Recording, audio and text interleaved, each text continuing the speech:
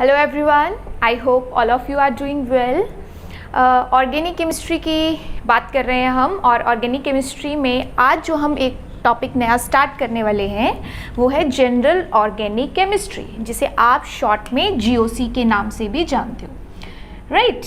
तो अभी जीओसी क्यों स्टार्ट किया जा रहा है? बिकॉज ये सारी ऑर्गेनिक केमिस्ट्री का बेसिस है। बेसिस किस तरह से?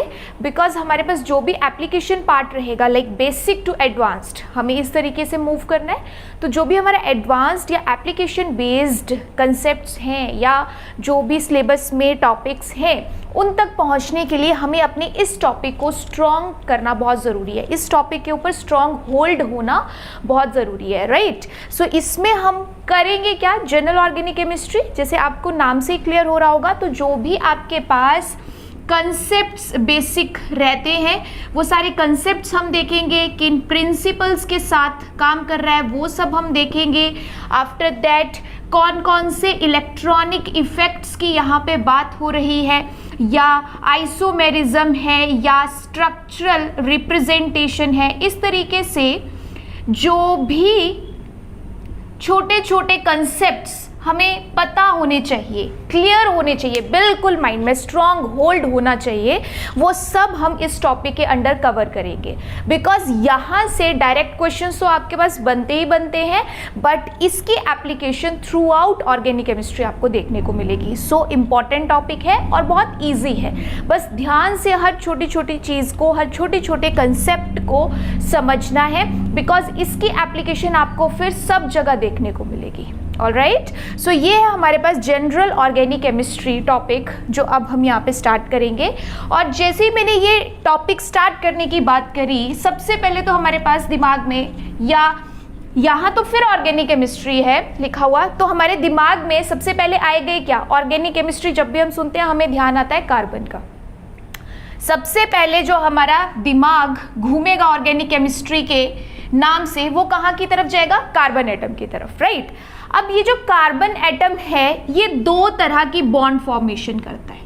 कार्बन एटम मतलब नॉर्मली अगर मैं देखूं तो दो तरह की बॉन्ड फॉर्मेशन करता है। वो दो तरह की बॉन्ड फॉर्मेशन क्या है कि एक में कार्बन कार्बन के साथ ही बॉन्ड फॉर्मेशन करता है, और एक में कार्बन आपके पास अदर एटम्स के साथ बॉन्ड फॉर्मेशन करता है।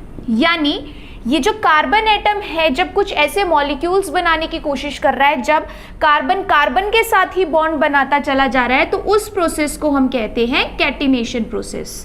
सुना होगा आपने इसके बारे में। कैटिनेशन प्रोसेस कौन सा एटम शो करता है? ऐसा क्वेश्चन भी आ रखा है, तो आपके पास आंसर था कार्बन एटम, क्योंकि कार्बन कार्बन के साथ बॉन्ड बनाते हुए बहुत सारे मॉलिक्यूल्स, बहुत सारे कंपाउंड्स बनाता है। तो एक टाइप की बॉन्डिंग ये होती है कार्बन एटम की, बट इसके अलावा कार्बन हमारे पास अलग एटम्स के साथ, हेट्रो एटम्स लाइक आपके पास nitrogen, oxygen, sulphur, phosphorus, halogens, इस तरीके से और भी एटम्स रहते हैं जिनके साथ बॉन्ड फॉर्मेशन करता है और अलग अलग कंपाउंड्स बनाता है। ठीक है, तो जब ऑर्गेनिक केमिस्ट्री की बात हुई, क्योंकि कार्बन से स्टार्ट हुआ, और कार्बन को हमने दो तरीके से अभी देखा है, ठीक है, बिल्कुल सीरीज में वन बाय वन सब चीजें हम क्लियर करते जाएंगे। तो अभी दो तरह से हम देख पा रहे हैं कि एक तो ऐसे मॉलिक्यूल जिसमें कार्बन कार्बन के ही बॉन्ड होंगे, और एक ऐसे मॉलिक्यूल जिसमें कार्बन के बाकी हेट्रो एटम्स के साथ भी बॉन्ड देखने को मिल सकते हैं। अब ये चीज़ तो हमें क्लियर हो गई कि ये दो अलग अलग तरीके की बॉन्ड फॉर्मेशन हो रही है, और ये जो दो अलग अलग तरीके की bond formation carbon atom show कर रहा है, इन्हीं को कंबाइंड फॉर्म में हम कहते हैं ऑर्गेनिक केमिस्ट्री, राइट। यही होता है ना, कार्बन के साथ बॉन्ड फॉर्मेशन वो एक कैटेगरी, और कार्बन का बाकी हेट्रोएटम्स के साथ बॉन्ड फॉर्मेशन वो एक अलग कैटेगरी। ये सारे कैटेगरीज को जब कंबाइंड फॉर्म में देखा जाता है, उसी को हम ऑर्गेनिक केमिस्ट्री कहते हैं। अब ऑर्गेनिक केमिस्ट्री का तो हमें क्लियर हो गया कि किस तरीके से कार्बन अपनी कॉन्ट्रीब्यूशन दे रहा है, बट अगर मैं बात करूं इसकी बॉन्ड फॉर्मेशन की, या इसके स्ट्रक्चर की, या इसके शेप्स की, जो मॉलिक्यूल्स बन के आते हैं, तो कार्बन एटम के जो मॉलिक्यूल्स हैं उनकी हाइब्रिडाइजेशन, ठीक है, कार्बन एटम के जो मॉलिक्यूल हैं उनकी हाइब्रिडाइजेशन बिल्कुल लिमिटेड है। लिमिटेड क्यों है? हमें ज्यादा से ज्यादा ये देखने को मिल जाता है कि कार्बन एटम की हाइब्रिडाइजेशन या तो sp3 हो सकती है या sp2 हो सकती है या sp हो सकती है। अब मैं यहाँ पे कार्बन एटम के टाइप्स बताते हुए और ऑर्गेनिक केमिस्ट्री के बारे में बताते हुए डायरेक्ट हाइब्रिडाइजेशन पे क्यों जंप कर रही हूं, और ये हाइब्रिडाइजेशन है क्या?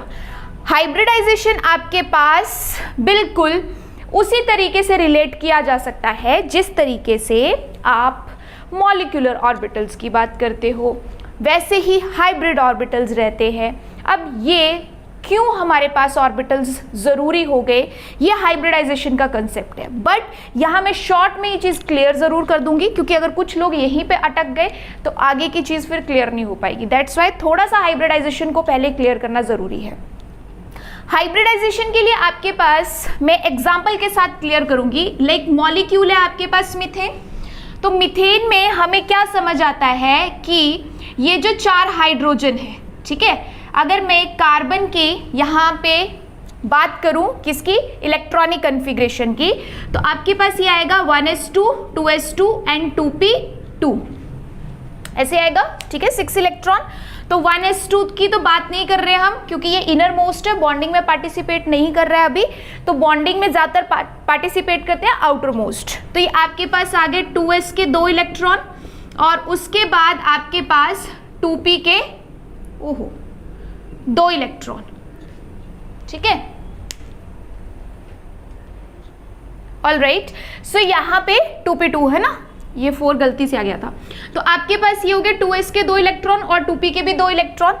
अब इन केस अगर हम यहीं से डायरेक्ट बॉन्ड बनवा रहे हैं, ये एटॉमिक ऑर्बिटल्स है ना, s और p d f ये सारे एटॉमिक लेवल के ऑर्बिटल्स हैं। अगर इसके साथ अगर हाइड्रोजन की बॉन्डिंग करानी है तो कितने हाइड्रोजन है, 4, तो 4 हमें अनपेयर्ड इलेक्ट्रॉन्स चाहिए। दैट्स वाई अब क्या होगी हमारे पास, कार्बन की एक्साइटेड स्टेट देखी जाएगी, एनर्जी की हेल्प से ये इलेक्ट्रॉन एक जो 2s ऑर्बिटल में है ये 2p में एक्साइट कराया जाएगा, ताकि 4 पोजीशंस जो हैं वो क्रिएट हो सके, राइट। अब 4 पोजीशंस हमारे पास क्रिएट होगी क्योंकि ये एक इलेक्ट्रॉन 2s से 2p में जंप कर गया, एक्साइट कर गया। तो अब आसानी से हमारे पास ये जो हाइड्रोजन है, ये जो हाइड्रोजन है 4, एक एक इलेक्ट्रॉन यहाँ देगा, एक इसे देगा, एक इसे देगा, एक इसे देगा, और इस तरीके से हमारे पास CH4 मॉलिक्यूल, ठीक है, जिसमें कार्बन के 4 हाइड्रोजन के साथ बॉन्ड है, ऐसा हमें नजर आना चाहिए, और आ भी रहा है। तो हमने सोचा कि जैसे अभी तक करते आ रहे थे, ये तब की बात है जब तक हाइब्रिडाइजेशन वाले कंसेप्ट के बारे में हमें पता नहीं था। तो तब तक हम क्या कर रहे थे कि ये इस तरीके से बॉन्ड फॉर्मेशन करा रहे थे। लेकिन क्वेश्चन कहाँ पे अराइज हुआ, क्वेश्चन अराइज हुआ कि अगर एक बॉन्ड हमारे पास बन रहा है s ऑर्बिटल से और बाकी 3 बॉन्ड बन रहे हैं p ऑर्बिटल से, एक बन रहा है s ऑर्बिटल से, बाकी 3 बन रहे हैं p ऑर्बिटल से, तो जो s ऑर्बिटल के साथ बॉन्डिंग है उसकी प्रॉपर्टीज और जो p ऑर्बिटल के साथ बॉन्डिंग है उसकी प्रॉपर्टीज वेरी करनी चाहिए ना। s character different, p character different, तो s वाला बॉन्ड थोड़ा सा अलग होना चाहिए, चाहे बॉन्ड लेंथ में हो या बॉन्ड एनर्जी में हो, किसी भी तरीके से इन तीनों से डिफरेंट होना चाहिए। बट हुआ क्या, एक्सपेरिमेंटली देखा गया कि जो मीथेन है उसके चारों के चारों बॉन्ड की bond length, bond energy, bond dissociation energy, जो भी प्रॉपर्टीज थी सारी सेम। एक्सपेरिमेंटली क्या मिला कि सारी की सारी सेम। तो ये चीज अगर हम अपने प्रीवियस कंसेप्ट्स के बेसिस पे एक्सप्लेन करते तो नहीं हो पा रही थी कि हमारे पास अगर एक बॉन्ड s ऑर्बिटल से बना और 3 p से बने हैं तो 3 एक जैसे होने चाहिए थे, लेकिन 4th वन डिफरेंट होना चाहिए था। बट ऐसा नहीं हुआ, प्रैक्टिकली ऐसे रिजल्ट्स नहीं मिले। जब 4th वन हमारे पास डिफरेंट नहीं मिला, सारे सेम मिले, फिर वो क्वेश्चन अराइज हुआ कि ऐसा क्या हो रहा है बॉन्डिंग से पहले कि हमारे पास चारों के चारों बॉन्ड सेम कैरेक्टर पोजेस कर रहे हैं, राइट। सो उस वक्त हाइब्रिडाइजेशन का कंसेप्ट आया था कि हमारे पास ये बॉन्डिंग होने से पहले ये चारों ऑर्बिटल्स आपस में कंबाइन करके सेम इक्वल नंबर और इक्वल एनर्जी के उतने ही ऑर्बिटल्स बना रहे हैं। उतने ही मतलब एक s और 3 p ऑर्बिटल कंबाइन होंगे तो एक s और 3 p टोटल 4, तो 4 ही आपके पास हाइब्रिड ऑर्बिटल्स बन के आएंगे। तो ये बॉन्डिंग से पहले यहाँ पे क्या हो रहा है, अब यहाँ पे हाइब्रिड ऑर्बिटल्स जनरेट हो रहे थे। हाइब्रिड ऑर्बिटल्स के लिए भी एनर्जी चाहिए थे, उस एनर्जी को यूटिलाइज करके एक s और 3p आपस में कंबाइन हुए, और क्योंकि एक s और 3p का टोटल हो गया 4, तो 4 ही नए ऑर्बिटल बन के आए जिनको हम कहते हैं हाइब्रिड ऑर्बिटल। और अब हर ऑर्बिटल की हमारे पास जो कैरेक्टर था वो क्या था, sp3। क्या कैरेक्टर था, sp3। किस बेसिस पे कह रहे हैं, एक s 3p, sp3। तो उस तरीके से अब ये चारों ऑर्बिटल्स की एनर्जी इक्वल, इनके पास इलेक्ट्रॉन्स का डिस्ट्रीब्यूशन इक्वल, और जब सारी प्रॉपर्टीज इक्वल हैं और अगर हाइड्रोजन अब बॉन्ड फॉर्मेशन करने आएंगे तो ऑब्वियस सी बात है कि चारों के चारों बॉन्ड बिल्कुल इक्वल, चारों के चारों बॉन्ड जो है वो इक्वल प्रॉपर्टी शो करेंगे। आई बात समझ? क्या हुआ था, मीथेन के मॉलिक्यूल से हम ये स्टार्ट कर सकते हैं कि हाइब्रिडाइजेशन का कंसेप्ट।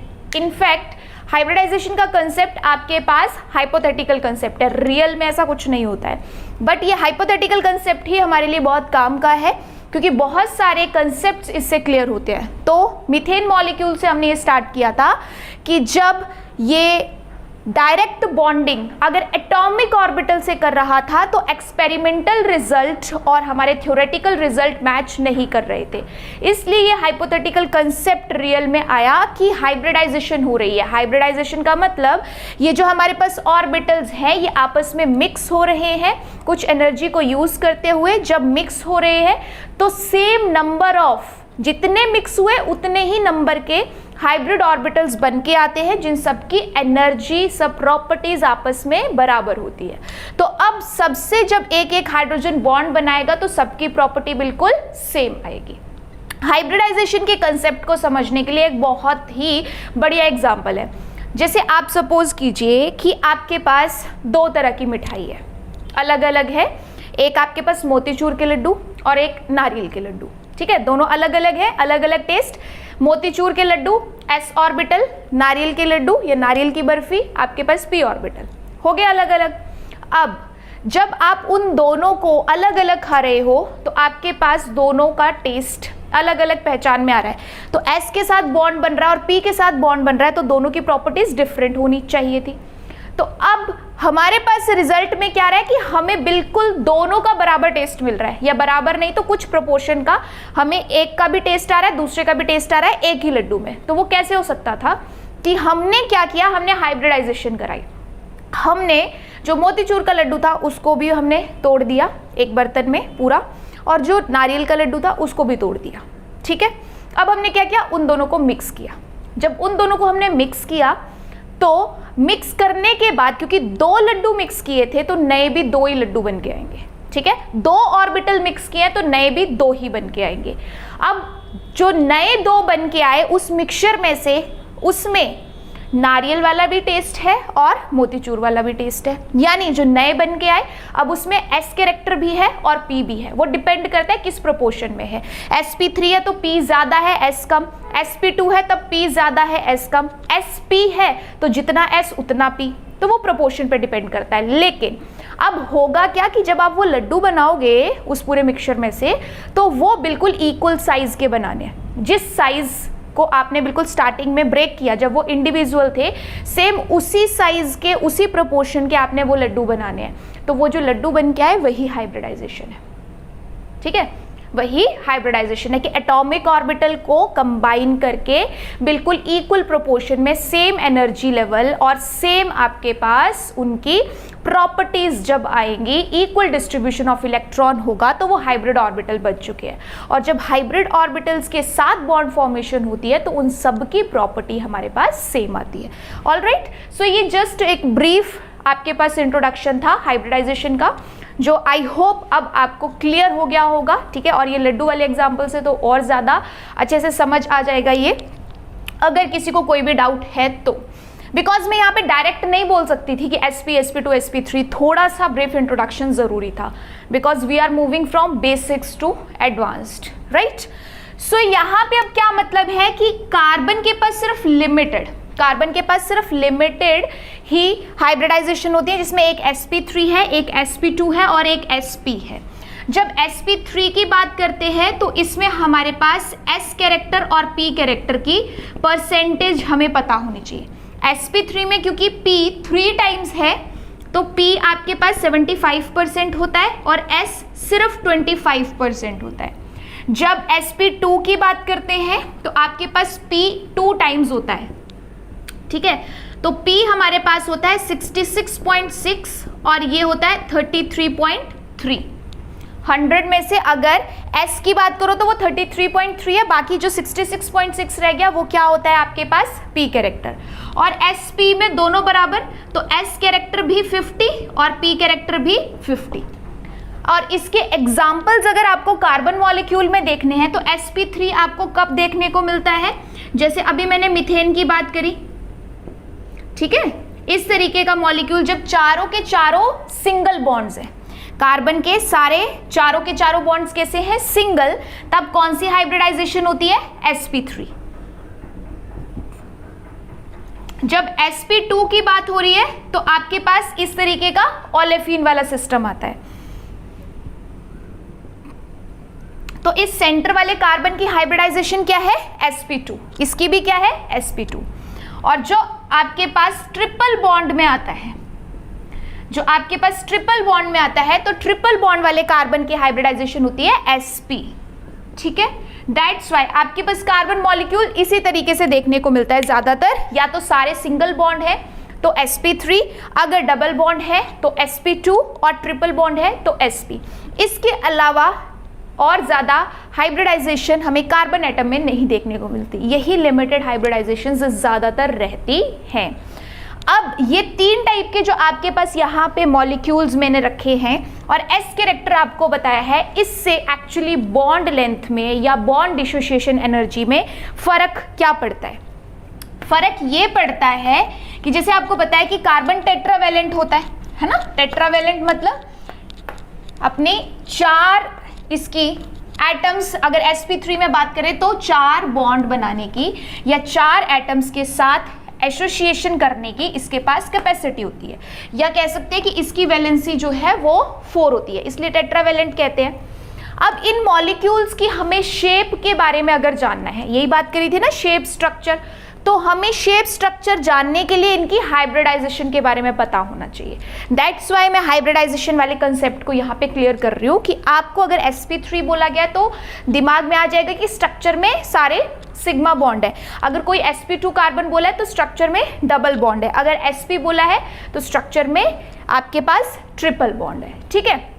अब बॉन्ड लेंथ पे अगर हम बात करें या बॉन्ड की स्ट्रेंथ पे बात करें तो बॉन्ड स्ट्रेंथ का जो कंसेप्ट है वो कैसे चलता है कि मोर s कैरेक्टर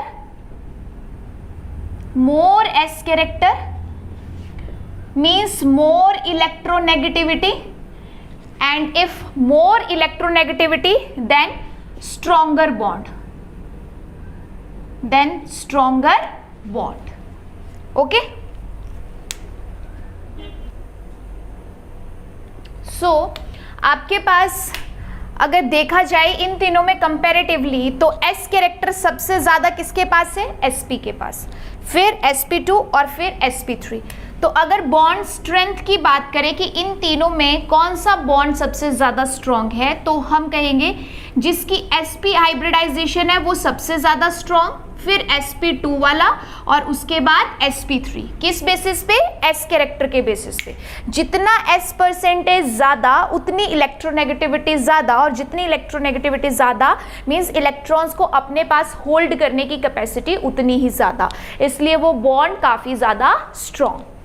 और अगर मैं यहाँ पे बात करूँ बॉन्ड लेंथ की, ठीक है, इसी में बॉन्ड लेंथ का ऑर्डर अगर मैं डिसाइड करूँ तो उसके लिए अभी मैंने आपको जो चीज़ बताई उसके अपोजिट चलना है। बॉन्ड लेंथ का ऑर्डर किस बेसिस पे काम करेगा कि जिसका s कैरेक्टर ज़्यादा, इलेक्ट्रोनेगेटिविटी ज़्यादा, इलेक्ट्रॉन्स को स्ट्रांगली होल्ड करके रखेगा, इलेक्ट्रॉन्स को जितना स्ट्रांगली होल्ड करके रखेगा, न्यूक्लियस के पास रखेगा, बॉन्ड उतना ही क्या हो जाएगा, शॉर्ट हो जाएगा। तो ये अपोजिट है। कि जितना आपके पास s कैरेक्टर ज्यादा उतना लॉन्ग, जितना आपके पास s कैरेक्टर ज्यादा उतना ही आपके पास बॉन्ड शॉर्ट होगा। जितना s कैरेक्टर ज्यादा उतना ही बॉन्ड शॉर्ट होगा। तो उस बेसिस पे अगर इन तीनों का कंपैरिजन करूं तो sp3 की बॉन्ड लेंथ, sp3 वाले बॉन्ड की बॉन्ड लेंथ ज्यादा होती है देन sp2 और sp2 की ज्यादा होती है देन sp। ठीक है, बिल्कुल अपोजिट ऑर्डर है, जिसकी बॉन्ड स्ट्रेंथ ज्यादा उसकी बॉन्ड लेंथ कम। और ये किस पे डिपेंड कर रहा है? s कैरेक्टर पे। जितना s कैरेक्टर ज्यादा होता है मतलब न्यूक्लियस का इलेक्ट्रॉन पे होल्ड उतना ही स्ट्रांग होता है। जितना इलेक्ट्रॉन पे होल्ड स्ट्रांग है उतनी इलेक्ट्रोनेगेटिविटी ज्यादा। जितनी इलेक्ट्रोनेगेटिविटी ज्यादा तो इलेक्ट्रॉन पास में रहेंगे तो बॉन्ड डिस्टेंस कम यानी बॉन्ड लेंथ शॉर्ट। और जो इलेक्ट्रॉन ज्यादा स्ट्रांगली होल्ड करके रखे हैं उनकी आपके पास स्ट्रेंथ क्या होगी? ज्यादा। उन बॉन्ड को तोड़ना फिर मुश्किल होगा। तो दोनों कंसेप्ट आपके पास चलते हैं बट एक दूसरे के रिवर्स। जो मैं बिल्कुल बेसिक तरीके से आपको समझाना चाह रही थी कि कार्बन की अगर बात स्टार्ट हुई है तो कार्बन का स्ट्रक्चर, उसकी शेप्स या फिर वो किस तरीके की बॉन्ड फॉर्मेशन सब शो करता है, तो वो ऐसे स्टार्ट हो सकता है आपके पास कि कितने टाइप की हमारे पास पहले तो हाइब्रिडाइजेशन आती है, उसकी इलेक्ट्रॉनिक कॉन्फ़िगरेशन क्या होती है। क्योंकि आपको किसी भी चीज़ को एक्सप्लेन करना है सबसे पहले उसकी इलेक्ट्रॉनिक कॉन्फ़िगरेशन और हाइब्रिडाइजेशन। अगर ये चीज़ पता है तो आगे फर्दर ज्योमेट्री, शेप, हर चीज़ आप बता सकते हो और जो भी कंसेप्ट आपसे पूछा जा रहा है उसको आप एक्सप्लेन कर सकते हो। सो स्टार्ट हाइब्रिडाइजेशन और कॉन्फ़िगरेशन इलेक्ट्रॉनिक कॉन्फ़िगरेशन से ही होता है। तो उस बेसिस पे तो हमें क्लियर हो गया कि कार्बन जो मॉलिक्यूल्स बनाएगा वो किस किस तरीके से हमें दिखने वाले हैं, या तो sp3 हाइब्रिडाइजेशन या sp2 या फिर sp। और उसमें भी बॉन्ड लेंथ का ऑर्डर या बॉन्ड स्ट्रेंथ का ऑर्डर हमारे पास वेरी करेगा। बट यहाँ पे हमें सिंगल बॉन्ड का तो समझ आता है, बट ये जो डबल बॉन्ड हमारे पास है ये डबल बॉन्ड एक्चुअली बनते कैसे हैं? जैसे आपके पास ये कार्बन डबल बॉन्ड कार्बन है, तो जो कार्बन का p ऑर्बिटल है एक कार्बन का और जो दूसरे कार्बन का p ऑर्बिटल है उसमें होती है कैसी ओवरलैपिंग? Side wise overlapping. तो साइड वाइज ओवरलैपिंग की वजह से एक आपके पास इलेक्ट्रॉन क्लाउड अप साइड बनता है, एक इलेक्ट्रॉन क्लाउड जो है वो डाउन साइड बनता है। तो चाहे ऐसे रिप्रेजेंट कर लो चाहे ऐसे रिप्रेजेंट कर लो। सिंगल बॉन्ड का तो हमें समझ आ रहा है, बट ये जो हमारे पास डबल ट्रिपल बॉन्ड बनते हैं ये बनते हैं साइड वाइज ओवरलैप से। और जब ऐसा इलेक्ट्रॉन क्लाउड हमारे पास रहता है तो जो सामने कोई भी रिएजेंट है उसे ये बहुत ईजिली इलेक्ट्रॉन डोनेट कर पाता है। कोई भी अटैकिंग रिएजेंट अगर सामने है और इस सिस्टम की इलेक्ट्रॉन डेंसिटी ऐसे पूरे आप कह सकते हो लूप की फॉर्म में या क्लाउड की फॉर्म में अवेलेबल है तो वो बहुत आसानी से अटैक कर सकती है। ठीक है, तो पाई बॉन्ड का ये तो हमें यहाँ पे क्लियर हो गया, बिल्कुल बेसिक सी चीज। बट एक बात का खास ध्यान रखना कि आपके पास ये जो p orbital side wise overlap कर रहे हैं ये अगर इस तरीके से प्रेजेंट है तो जिस प्लेन पे कार्बन है वो कार्बन प्लेन और p ऑर्बिटल का प्लेन एक दूसरे के परपेंडिकुलर होता है। जो भी मॉलिक्यूल का प्लेन है उस प्लेन के बिल्कुल परपेंडिकुलर p ऑर्बिटल्स रहते हैं। तो p ऑर्बिटल्स जो होते हैं फिर आपस में क्या कर पाते हैं? Side wise overlap. तो मॉलिक्यूल के प्लेन के परपेंडिकुलर जब p ऑर्बिटल होते हैं और जिन्होंने ओवरलैप करना है वो एक दूसरे के पैरेलल होते हैं तब हमारे पास पाई बॉन्ड फॉर्मेशन आसानी से हो जाती है। क्योंकि आपने कई जगह ये पढ़ा होगा कि जब ये p ऑर्बिटल और ये p ऑर्बिटल एक दूसरे के परपेंडिकुलर है तो इनके बीच में बॉन्ड फॉर्मेशन नहीं हो सकती, पाई बॉन्ड फॉर्मेशन। क्योंकि पाई बॉन्ड फॉर्मेशन के लिए दोनों p ऑर्बिटल्स का एक दूसरे के पैरेलल होना बहुत जरूरी है। दोनों p ऑर्बिटल का आपस में पैरेलल होना और उन p ऑर्बिटल और मॉलिक्यूल का एक दूसरे के परपेंडिकुलर होना, ये दो कंडीशन अगर देखने को मिल रही है तो पाई बॉन्ड फॉर्मेशन आसानी से हो जाती है। चलो ये तो होगी हमारे पास जस्ट सिंपल इंट्रोडक्शन की कार्बन किस तरीके के मॉलिक्यूल्स बनाएगा, क्या क्या स्ट्रक्चर उनका हो सकता है, उनकी बॉन्ड स्ट्रेंथ कैसी हो सकती है। अब नेक्स्ट जो हम इसमें जानेंगे वो है हमारे पास कि स्ट्रक्चरल रिप्रेजेंटेशन कैसी हो सकती है। ये जो कार्बन के डिफरेंट मॉलिक्यूल हैं जो हम ऑर्गेनिक केमिस्ट्री में पढ़ने वाले हैं, ये हमें किस किस तरीके से नजर आ सकते हैं। सो नेक्स्ट है स्ट्रक्चरल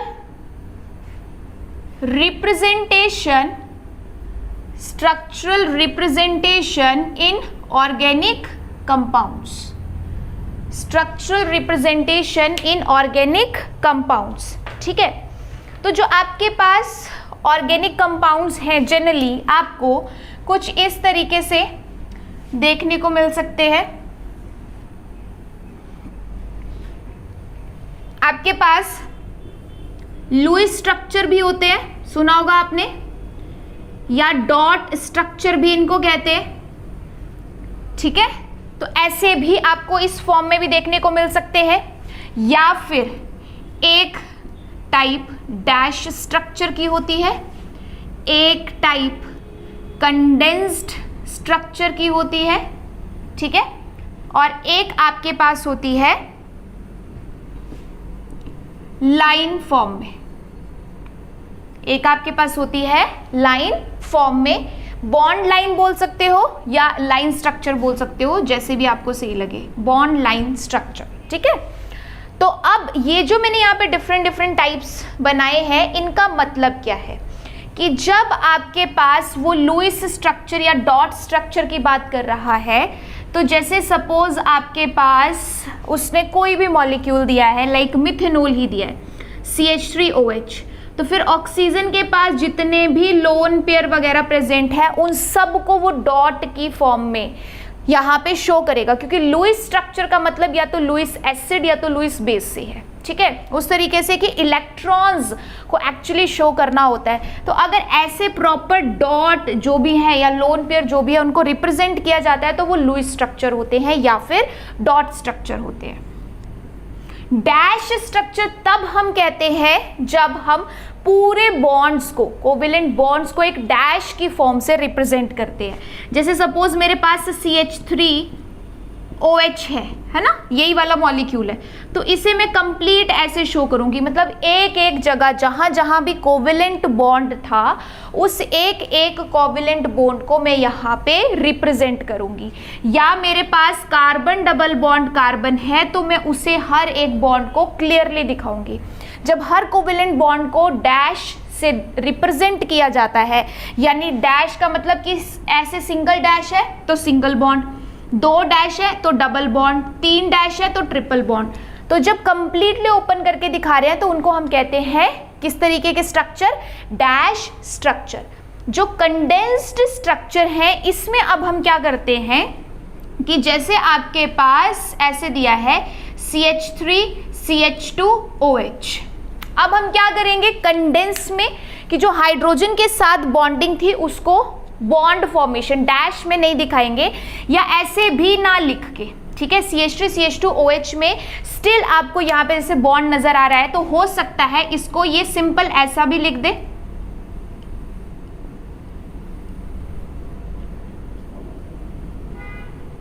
कोई भी बॉन्ड शो ना करे, तो डायरेक्ट ऐसे भी लिख सकता है कि CH3CH2OH, ठीक है। तो अब क्या हुआ है कि इसको कंडेंस कर दिया गया है, यानी जो क्लियरली बॉन्ड हमें यहाँ पे नजर आ रहे थे अब वो बॉन्ड्स यहाँ पे नजर नहीं आएंगे, तो कंडेंस हो चुका है, क्लियर। अब इसके बाद है bond line structure. Bond line structure में क्या करते हैं, डिफरेंस देखो, यहाँ पे क्या कर रहे थे कि हम यहाँ पे हाइड्रोजन के प्रॉपर बॉन्ड रिप्रेजेंट कर रहे थे, यहाँ हम हाइड्रोजन को लिख तो रहे हैं बट उनके बॉन्ड को रिप्रेजेंट नहीं कर रहे। यहाँ हम क्या करेंगे, dash line bond line structures में हाइड्रोजन को दिखाएंगे नहीं, जो बॉन्ड लाइन स्ट्रक्चर्स हैं उसमें हाइड्रोजन को दिखाएंगे नहीं इस तरीके से, या साइक्लिक फॉर्म में दिखाना है तो इस तरीके से। यानी अब आपको खुद समझना पड़ता है कि जैसे ये कार्बन है इसके 2 बॉन्ड बन रहे हैं और जो बाकी 2 हमें नजर नहीं आ रहे, क्योंकि कार्बन टेट्रावैलेंट है ना, तो 2 हमें नजर आ रहे हैं, जो बाकी 2 नहीं नजर आ रहे वो एक्चुअल में हमारे पास क्या है, हाइड्रोजन है। तो जब हम इन हाइड्रोजन को यहाँ पे शो ही नहीं करते ना बॉन्ड से ना लिख के, वो हमारे पास आते हैं बॉन्ड लाइन स्ट्रक्चर्स, ठीक है। तो ये बिल्कुल बेसिक सी चीज थी कि ऑर्गेनिक कंपाउंड्स जो हैं वो आपको कैसे कैसे यहाँ पे नजर आ सकते हैं। तो लुईस स्ट्रक्चर या डॉट स्ट्रक्चर हो गए जहाँ पे लोन पेयर और सब चीज़ों को प्रॉपर डॉट से शो किया जाता है। डैश जब हर एक सब्स्टिट्यूएंट को कोवेलेंट बॉन्ड जो डैश है उससे बताया जाता है। कंडेंस, अब डैश गायब हो चुके हैं बट हाइड्रोजन फिर भी लिखे जा रहे हैं। और बॉन्ड लाइन अब उससे भी एडवांस हो चुके हैं, मतलब अब हाइड्रोजन को हम यहाँ पे बताएंगे नहीं, वो खुद समझना पड़ता है कि कार्बन के अगर 2 ही बॉन्ड नजर आ रहे हैं तो जो 2 नजर नहीं आ रहे वो एक्चुअल में यहाँ पे क्या है, हाइड्रोजन है। ठीक, तो ये तो होगी स्ट्रक्चरल रिप्रेजेंटेशन। अब थोड़ी सी बात कर लेते हैं इनकी 3D रिप्रेजेंटेशन की, यानी 3 डायमेंशनल रिप्रेजेंटेशन। 3D representation.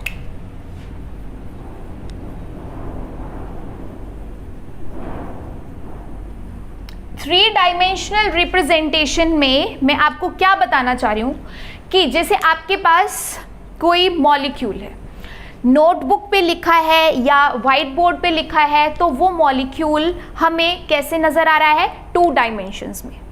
वो मॉलिक्यूल हमें कैसे नजर आ रहा है, 2 डायमेंशन में। जैसे अभी मैंने आपको ऐसे कोई मॉलिक्यूल दिखाया तो यहाँ पे ये जो मैं कह रही थी कि जो नहीं नजर आ रहा वो 2 हाइड्रोजन है, तो इस वक्त तो मुझे क्या लग रहा है कि चारों की चारों चीजें इस बोर्ड पे पड़ी हुई हैं।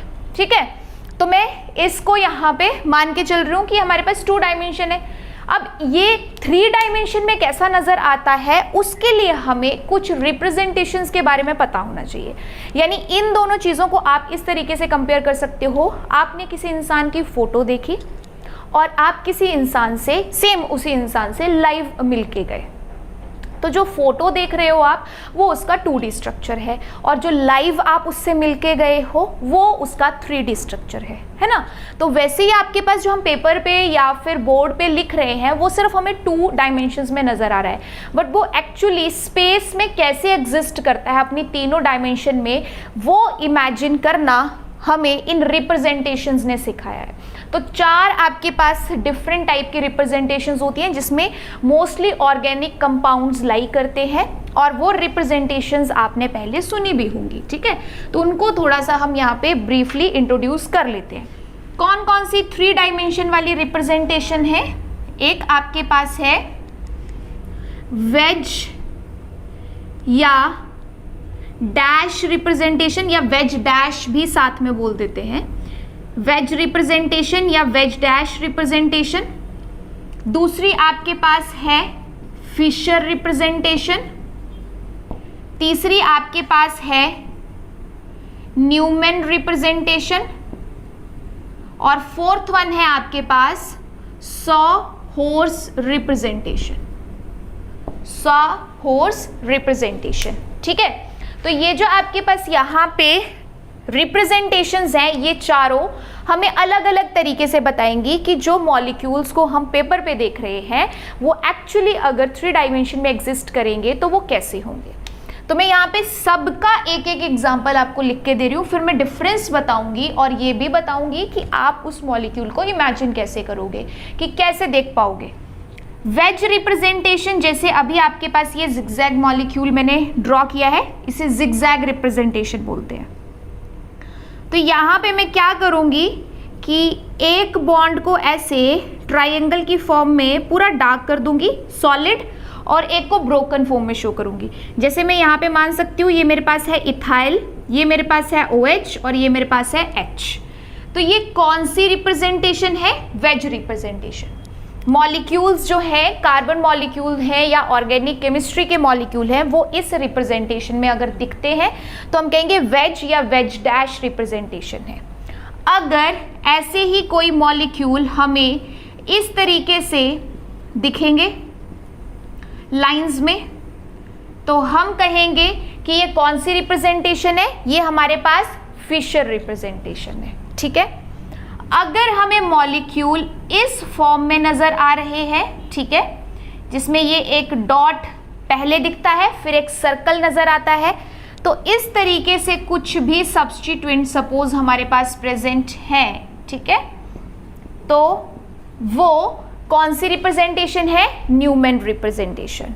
और अगर मैं 100 हॉर्स की बात करूं तो 100 हॉर्स मेरे पास कुछ इस तरीके से, मैं अभी एक एक ही एग्जांपल बता रही हूं। 100 हॉर्स ऐसे आपके पास कुछ भी सब्स्टिट्यूएंट हो सकता है, ठीक है, ऐसे दिया रहेगा। तो ये कुछ 4 आपके पास अलग अलग रिप्रेजेंटेशंस हैं। कौन सी रिप्रेजेंटेशन? 3 डायमेंशनल रिप्रेजेंटेशंस, जिसमें मॉलिक्यूल एग्जिस्ट करता है एक्चुअली स्पेस में, ठीक है। हम चाहे पेपर पे इसे कैसे भी देख पा रहे हैं, बट एक्चुअल वो स्पेस में कैसे एग्जिस्ट कर रहा है वो इन रिप्रेजेंटेशंस के थ्रू हमें पता चलता है। तो इन रिप्रेजेंटेशंस को अब हम थोड़ा सा 1 बाय 1 देख लेते हैं कि मतलब क्या है, हमें समझ कैसे आएगा कि वो स्पेस में कहाँ लाई कर रहा है। तो जब हम बात करेंगे यहाँ पे किसकी? वेज डैश रिप्रेजेंटेशन की।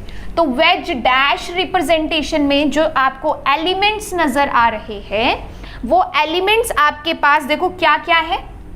या तो आपको यहाँ पे नजर आ रहा है ऐसे ट्राइंगल में एक सॉलिड लाइन, या आपको नजर आ रही है एक ऐसी ब्रोकन लाइन, या आपको नजर आ रही है ऐसी स्ट्रेट लाइन। अभी तक यही है, ठीक है।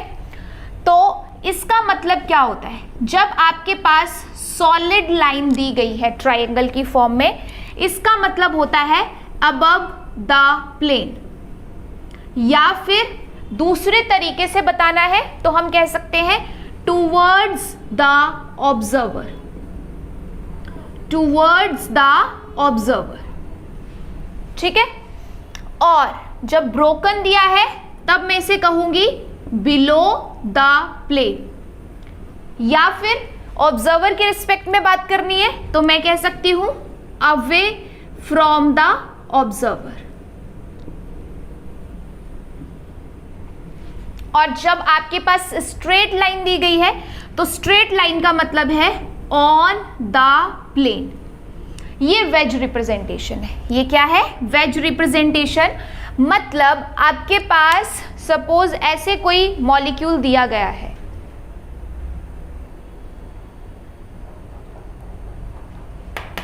ये, ठीक है। तो इस मॉलिक्यूल में अब इस कार्बन पे फोकस करना है। इस कार्बन के पास 4 बॉन्ड है, एक है इथाइल, एक है CH2OH, एक है OH और एक है H। कार्बन 4 बॉन्ड बना रहा है, sp3 हाइब्रिडाइज्ड है, ठीक है। तो इस वक्त हमारे पास अगर देखा जाए, if you are the observer, अभी हम ऑब्जर्वर के रिस्पेक्ट में बात कर रहे हैं, if you are the observer, तब क्या होगा कि आपके लिए ये चीज, ठीक है, मैं ऐसे रिप्रेजेंट कर रही हूं। तो एक यहां पे जाएगा और एक यहां पे जाएगा, तो आपको ये मॉलिक्यूल कुछ ऐसा नजर आएगा। समझ रहे हो? ऐसा नजर आने का मतलब क्या है? यहां पे देखो इस मॉलिक्यूल को, जो चीज आपको सॉलिड में दी गई है, सॉलिड का मतलब होता है towards the observer. If you are the observer, तो ये जो रेड मार्कर आपको नजर आ रहा है, ये आपकी तरफ को ऐसे ओरिएंटेड होगा। तो जो भी ये इसका 3D स्ट्रक्चर है ना, जो हमें यहां से समझना है कि एक्चुअली कैसे है।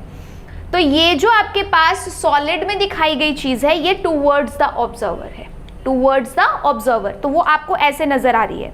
ये जो मेरे पास यहाँ पे, ये जो मेरे पास आपके लिए क्या हो चुका है, ब्लैक मार्कर जो है वो आपके लिए अब क्या हो चुका है यहाँ पे, अवे। तो वो मैं यहाँ पे कैसे शो करूंगी? ब्रोकन फॉर्म में। तो एक्चुअली स्पेस में वो ऐसे होगा। अगर आप सामने से इस मॉलिक्यूल को ऑब्जर्व कर रहे हो, you are the observer, then this red marker is supposed as OH, क्योंकि सॉलिड में दिया है तो OH टूवर्ड्स द ऑब्जर्वर है। H जो ब्रोकन फॉर्म में दिखाया है, ये अवे फ्रॉम द ऑब्जर्वर है। आपके रिस्पेक्ट से, आपके लिए ये चीज अवे है, तो ये अवे फ्रॉम द ऑब्जर्वर है। बाकी 2 चीजें आपको दिख रही है लेफ्ट और राइट में।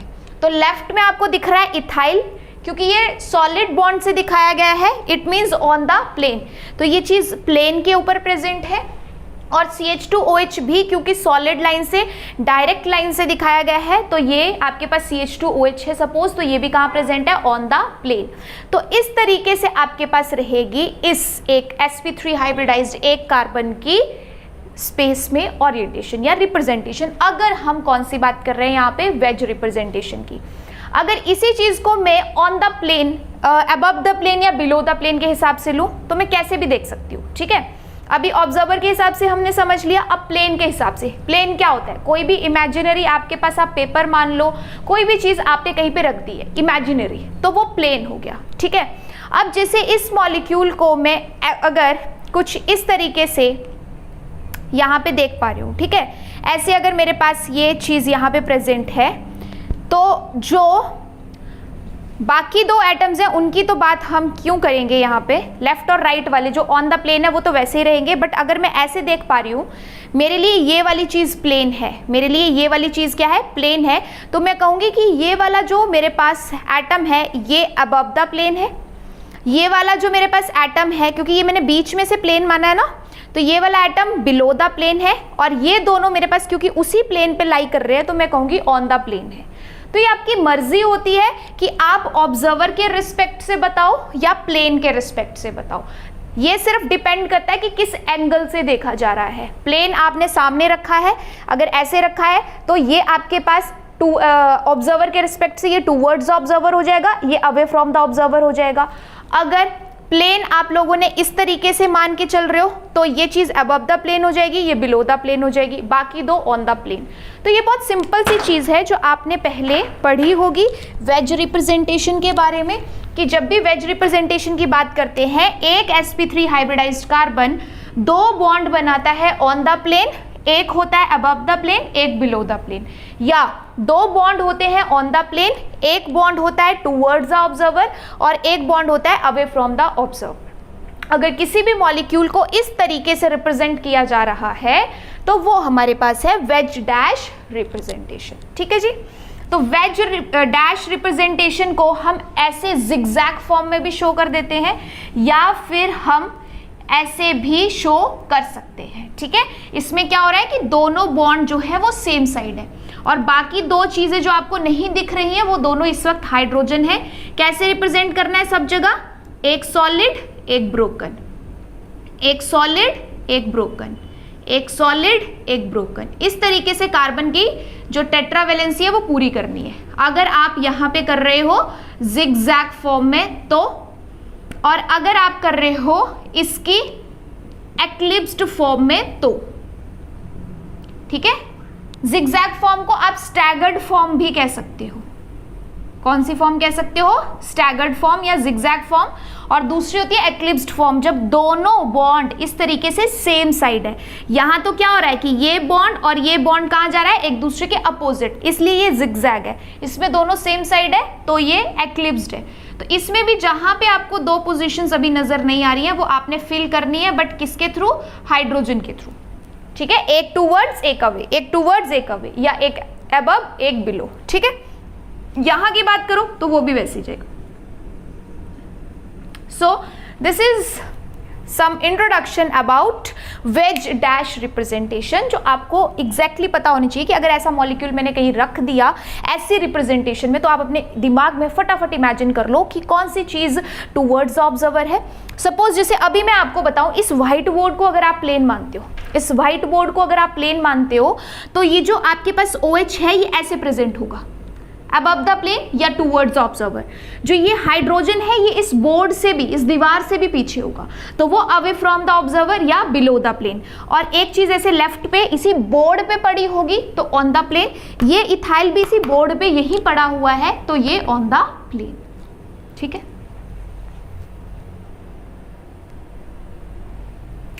सो नेक्स्ट जो हमारे पास रिप्रेजेंटेशन है वो है फिशर रिप्रेजेंटेशन। फिशर रिप्रेजेंटेशन आपके पास दो लाइंस से मिलके बनता है, एक आपके पास हॉरिजॉन्टल लाइन और एक आपके पास वर्टिकल लाइन, एक हॉरिजॉन्टल लाइन और एक वर्टिकल लाइन, ठीक है। तो आपके पास ये वर्टिकल लाइन में ये जो चीज आपको नहीं नजर आ रही, कुछ भी नहीं लिखा हुआ, ये एक्चुअल में कार्बन है।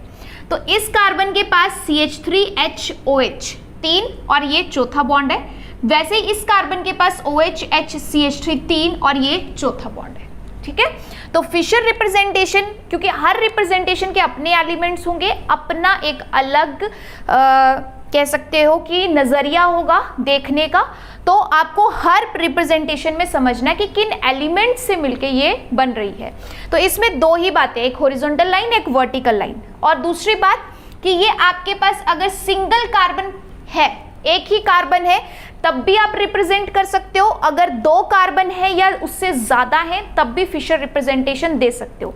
जैसे अभी अगर मैं बात करूं आपके पास वेज की, तो वेज में भी आपने देखा कि आपके पास अगर सिंगल कार्बन है, ठीक है, वेज में अगर सिंगल कार्बन है तब भी आप रिप्रेजेंटेशन बता सकते हो, अगर आपके पास मल्टीपल कार्बन है तब भी आप वेज रिप्रेजेंटेशन बता सकते हो। तो मैं यहाँ से क्या कहना चाह रही हूँ कि फिशर रिप्रेजेंटेशन और वेज रिप्रेजेंटेशन में ये एक सिमिलैरिटी है कि सिंगल कार्बन होगा तब भी रिप्रेजेंट किया जा सकता है, मल्टीपल कार्बन होंगे तब भी रिप्रेजेंट किया जा सकता है। बट जो बात आपके पास सॉ हॉर्स या फिर इसी से मिलती जुलती न्यूमैन प्रोजेक्शन की है, उसमें सबसे पहली बात ही ये है कि सिंगल कार्बन अगर होगा, सिंगल कार्बन अगर होगा तो सिंगल कार्बन को सॉ हॉर्स और न्यूमैन में रिप्रेजेंट नहीं किया जा सकता। सिंगल कार्बन को सॉ हॉर्स या न्यूमैन रिप्रेजेंटेशन में बताया नहीं जा सकता। तो इसके लिए हमें मिनिमम 2 कार्बन्स की रिक्वायरमेंट होती है, और 2 कार्बन्स हमें यहाँ पे Y अल्फाबेट है ना, Y अल्फाबेट उसकी फॉर्म में नजर आते हैं। या तो Y बिल्कुल सीधा लिखा है तो हम कहेंगे इसे इरेक्ट Y, या तो Y अपोजिट करके लिखा है, उल्टा करके, तो हम इसे लिखेंगे इन्वर्टेड Y, इरेक्ट Y या इन्वर्टेड Y। ये दोनों एलिमेंट्स आपस में मिलते हैं, उससे हमें 4 अलग अलग सॉ हॉर्स रिप्रेजेंटेशन देखने को मिल सकती है। अलग अलग कैसे, देखो इसमें मैंने इसीलिए अलग कलर से बताया आपको कि जब ये दोनों सिर्फ रेड रेड वाले पे फोकस करो, इसमें भी ये इरेक्ट Y है, बिल्कुल सीधा Y, ये भी इरेक्ट Y है। पहला कॉम्बिनेशन, पहला इरेक्ट है, दूसरा इन्वर्टेड है, उल्टा हो चुका है। तीसरे में पहला भी इन्वर्टेड है, दूसरा भी इन्वर्टेड है, दोनों उल्टे हो चुके हैं। फोर्थ में पहला अब इन्वर्टेड है और दूसरा इरेक्ट है, इसके बिल्कुल अपोजिट, इसमें पहला इरेक्ट था, दूसरा इन्वर्टेड, इसमें पहला इन्वर्टेड है, दूसरा इरेक्ट। तो इन दोनों एलिमेंट्स को आपस में जोड़ते हुए हमारे पास 4 पॉसिबिलिटीज बनती हैं, वो चारों की चारों हमने यहाँ पे देख ली। अब इसका मतलब क्या है, इसका मतलब ये होता है कि जब इरेक्ट Y है तो 2 बॉन्ड अप है, 1 बॉन्ड डाउन है, और जब इन्वर्टेड है तो 1 बॉन्ड अप है और 2 बॉन्ड डाउन है, 1 बॉन्ड अप है और 2 बॉन्ड डाउन है। तो इस तरीके से आपके पास देखो ये एक कार्बन है जिसके 3 बॉन्ड ये हो गए और चौथा बॉन्ड कार्बन के साथ। तो अब खुद समझ आ रहा होगा कि सॉ हॉर्स रिप्रेजेंटेशन मैंने ऐसा क्यों कहा कि 1 कार्बन होगा तो इस रिप्रेजेंटेशन को बताया नहीं जा सकता, क्योंकि मिनिमम 2 कार्बन हमें चाहिए, 2 कार्बन रहेंगे तभी इस रिप्रेजेंटेशन को यूटिलाइज किया जा सकता है, जो फिशर या फिर वेज रिप्रेजेंटेशन में लिमिटेशन नहीं है। इन दोनों में सिंगल कार्बन है तब भी, मल्टीपल है तब भी हो सकता है, बट इसमें सॉ हॉर्स में मिनिमम 2 कार्बन चाहिए अगर रिप्रेजेंटेशन ये वाली आप यूटिलाइज करना चाह रहे हो तो। ठीक है, तो ये चीज़ आपको समझ आ गई होगी कि इस तरीके से भी मॉलिक्यूल्स हमें नजर आ सकते हैं, या तो इरेक्ट Y या इसी चीज़ को उल्टा करके देख लो, इन्वर्टेड Y की फॉर्म में। अब एक और हमारे पास बिल्कुल इसी से मिलती जुलती रिप्रेजेंटेशन है विच इज न्यूमैन रिप्रेजेंटेशन, और किससे मिलती जुलती है ये है हमारे पास यहाँ पे सॉ हॉर्स के साथ मैच करती हुई न्यूमैन रिप्रेजेंटेशन। बस थोड़ा सा ही डिफरेंस है, थोड़ा सा डिफरेंस क्या है कि अब यहाँ पे हमारे पास एक डॉट और एक सर्कल, ये 2 एलिमेंट्स देखने को मिलेंगे। डॉट का मतलब है फ्रंट कार्बन और सर्कल का मतलब है बैक कार्बन। डॉट का मतलब है कि जो ऑब्जर्वर को पहले दिख रहा है फ्रंट कार्बन, और जो एक्चुअल में बैक होगा वो ऑब्जर्वर को बाद में दिख रहा है। तो इस बेसिस पे अगेन इन दोनों Y के कॉम्बिनेशन से 4 हमारे पास न्यूमैन प्रोजेक्शन हो सकती है। एक जैसे मैंने आपको ये रिप्रेजेंट करी है, तो इसका क्या मतलब है, ये जो आपके पास डॉट है इसके 3 बॉन्ड हमें नजर आ रहे हैं, और ये जो सर्कल है इसके भी 3 बॉन्ड हमें नजर आ रहे हैं, बट चौथा बॉन्ड जो है इन दोनों कार्बन के बीच का है। सॉ हॉर्स में क्या होता है कि कार्बन कार्बन के बीच का बॉन्ड ऑब्जर्वर को नजर आ जाता है, बट न्यूमेन में कार्बन कार्बन के बीच का बॉन्ड नजर नहीं आता। इसलिए वो हमें खुद समझना है, खुद अंडरस्टूड होना चाहिए कि फ्रंट कार्बन और बैक कार्बन के बीच का बॉन्ड इस तरीके से है कि वो ऑब्जर्वर को नजर नहीं आ रहा, इसलिए हमें 3 बॉन्ड ही नजर आते हैं। बट ऐसा नहीं कि 3 ही बना रहा है, बना 4 ही बॉन्ड रहा है, लेकिन वो बॉन्ड इस रिप्रेजेंटेशन में ऑब्जर्वर को नजर नहीं आता। ठीक है, तो ये मैंने एक यहाँ पे फॉर्म बनाई जिसमें फ्रंट वाला इरेक्ट वाई है और बैक वाला inverted.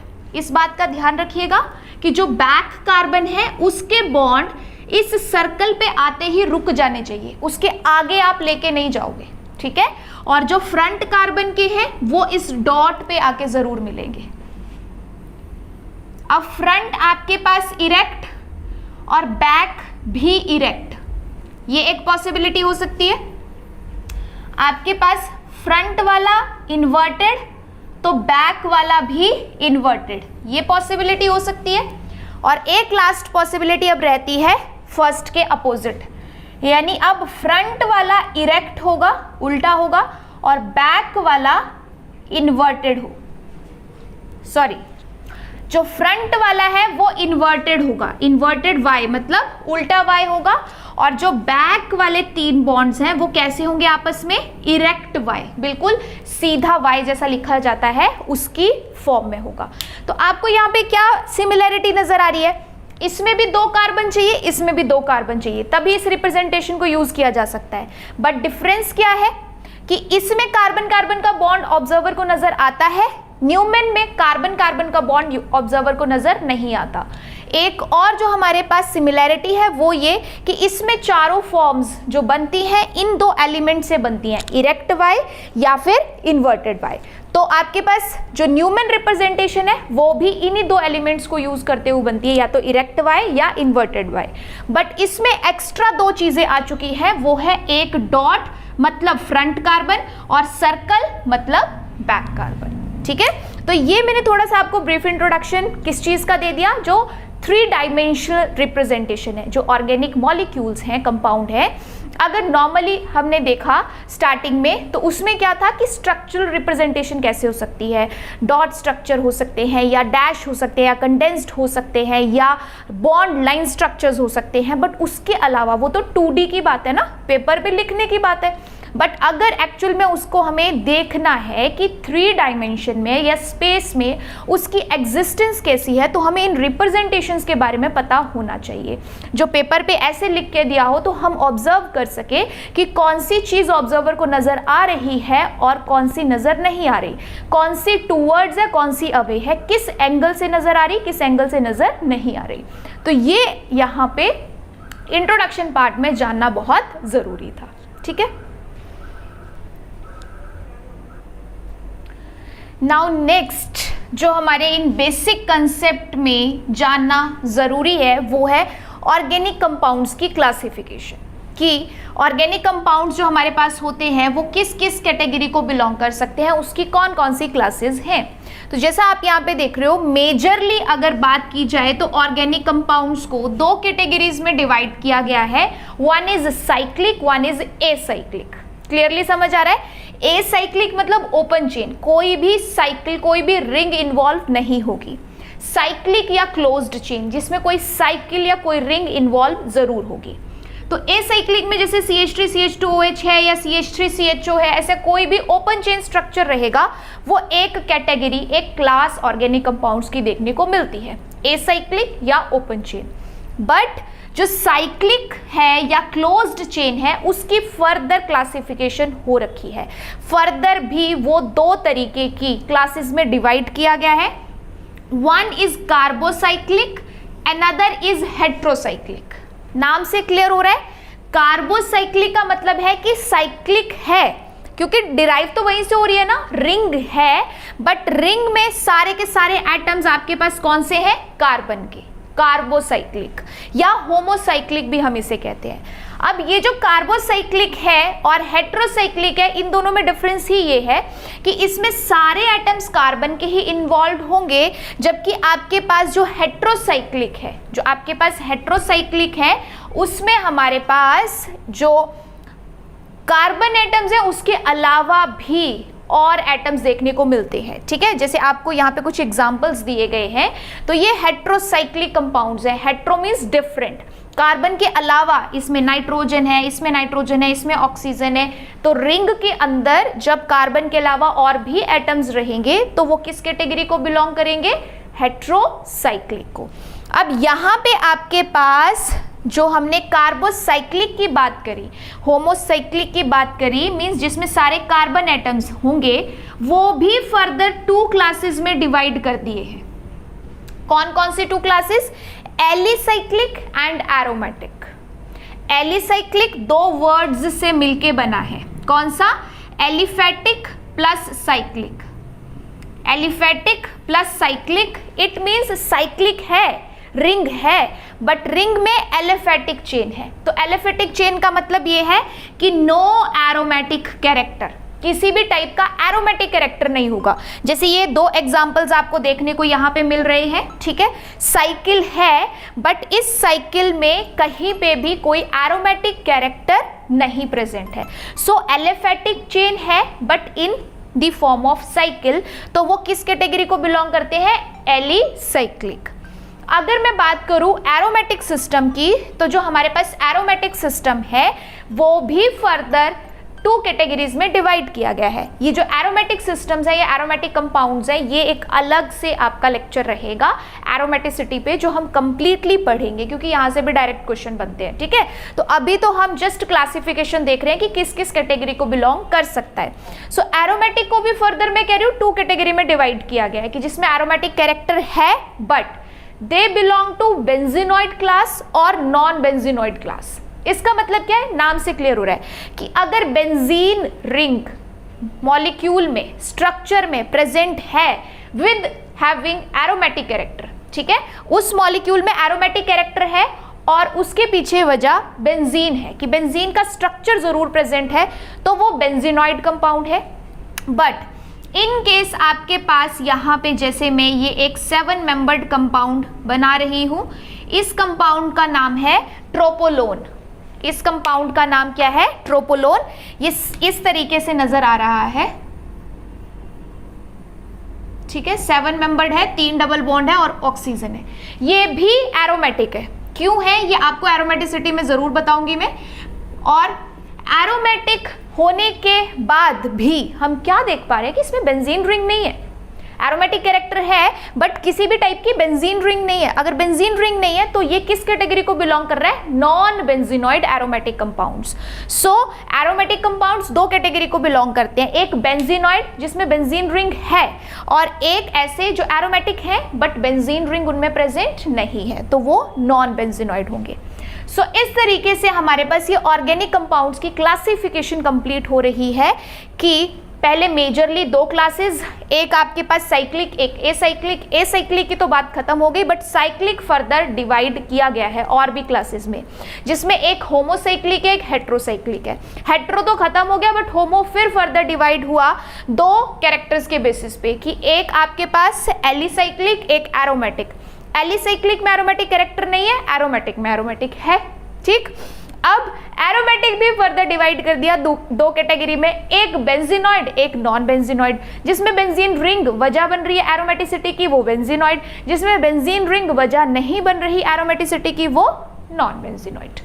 So this is all about the classification of organic compounds. तो अब नेक्स्ट हमारे पास इसमें और भी अभी फैक्टर्स या और भी प्रॉपर्टीज बचती हैं ऑर्गेनिक कंपाउंड्स की, लाइक उनके आइसोमेरिज्म के बारे में या उनके नॉमेनक्लेचर के बारे में।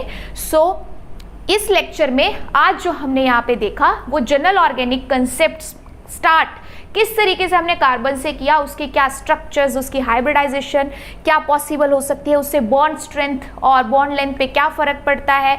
आफ्टर दैट कार्बन के कंपाउंड्स कौन कौन से स्ट्रक्चर्स में रिप्रेजेंट किए जा सकते हैं, उसकी 3D रिप्रेजेंटेशन क्या हो सकती है या उसकी क्लासिफिकेशन क्या हो सकती है, ये सब हमने इसमें कवर कर लिया।